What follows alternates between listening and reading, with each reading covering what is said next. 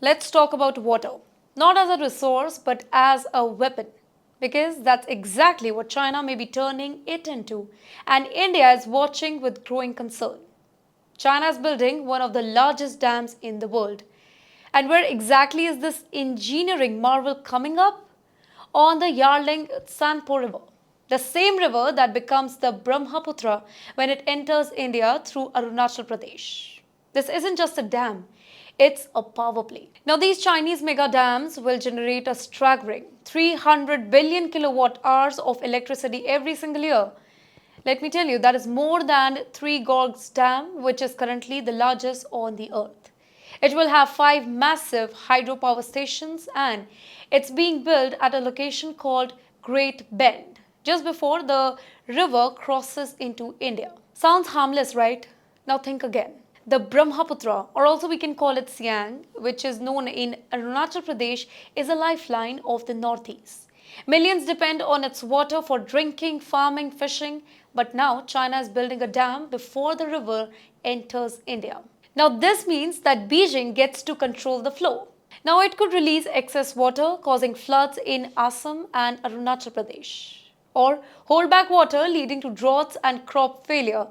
This is not just some conspiracy theory. These are real risks flagged by experts, and that too repeatedly. There is no water sharing treaty between India and China. We all know that. None. Beijing only shares limited hydrological data during the monsoon season. The rest of the year, India is left in the dark. And this is where the power imbalance begins. A 2020 report by Law Institute called China's control of the Brahmaputra a chokehold on India, a strategic grip on water, agriculture, and the entire economy. But here's more. The region where this particular dam is being built is kind of active, earthquake prone. A dam failure here could be catastrophic for millions living downstream. And what about the environment? Well, dams block the flow of natural sediment, which is very important for agriculture. Now in Assam, 70% of farming depends on the Brahmaputra. Now block the river and you destroy crops, fish population, and even the wetlands. In the meantime, Assam's chief minister has already warned that the state's ecosystem is in huge danger. So the question is, what is India really doing? New Delhi is not sitting idle. It is monitoring the construction using satellite images and surveillance tech. It's also pushing ahead with mega hydro project of its own in Arunachal Pradesh, like the Siang Upper Multi-Purpose Project and many others. India wants to tap its own water potential and respond strategically. But here's the catch. These projects are being met with massive protests by local communities. Over 10,000 people protested in 2024 alone against this Siang project.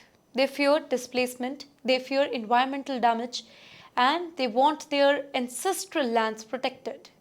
Now you see it, India is caught between national security and local rights.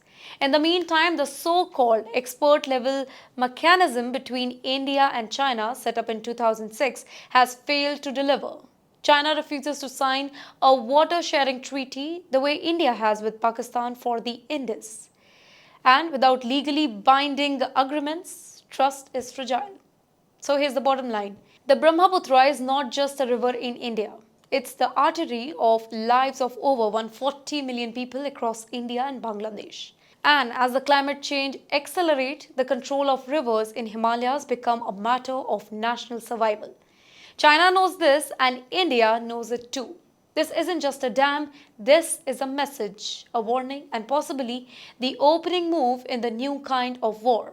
Not with bombs, not with bullets, but with water. And the Brahmaputra, well, it could be the next big battleground.